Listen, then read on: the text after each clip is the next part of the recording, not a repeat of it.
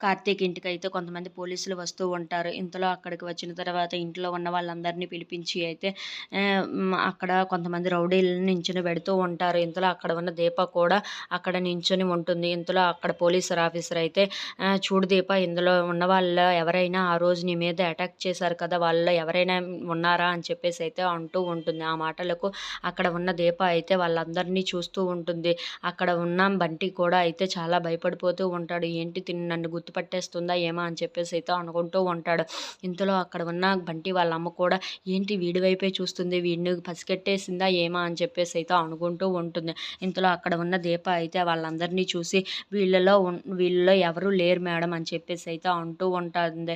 ఆ మాటలకి అక్కడ ఉన్న పోలీస్ అయితే నిజంగా చూసావా దీప, వీళ్ళలో ఎవరు లేరు కదా అని చెప్పేసి అయితే అంటూ ఉంటుంది. ఆ మాటలకు అక్కడ ఉన్న దీప అయితే వీళ్ళెవరు కాదు మేడం, ఆ రోజు అటాక్ చేసిన వాడు నాకు చాలా బాగా గుర్తు ఉన్నాడు అని చెప్పేసి అయితే అంటూ ఉంటుంది.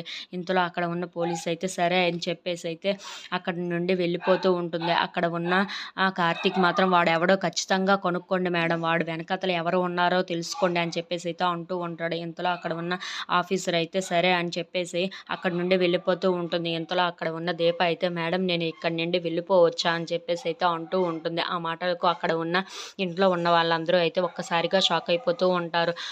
ఇంతలో అక్కడ ఉన్న పోలీస్ అయితే అలా వెళ్ళడానికి అవ్వదు దీప, ఈ కేసు ఏంటో తేలినంత వరకు నువ్వు ఇక్కడే ఉండాలి అని చెప్పేసి అయితే అంటూ ఉంటుంది. If you like this video please like, share and subscribe.